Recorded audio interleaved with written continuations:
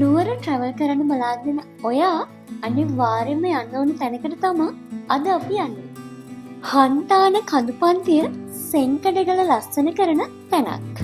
තවත් වටිනාකමක් ලබා දෙමින් වසර 5ක පමණ කාලයක් තිස්සේ ඉදිකරන ලද සඳකිරි සෑය නැරඹීමට තමයි අද අපි යන්නේ.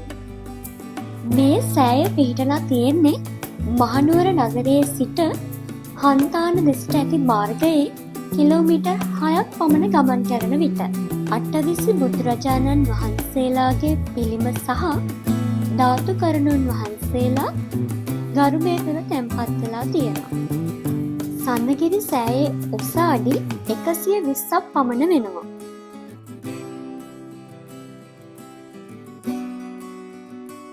අදට වීඩියෝ එක ඉවර කරන්න ලස්සන ට්‍රැවල් ප්ලේස් එකකින් අපි ඉක්මනට හම්බ වෙමු.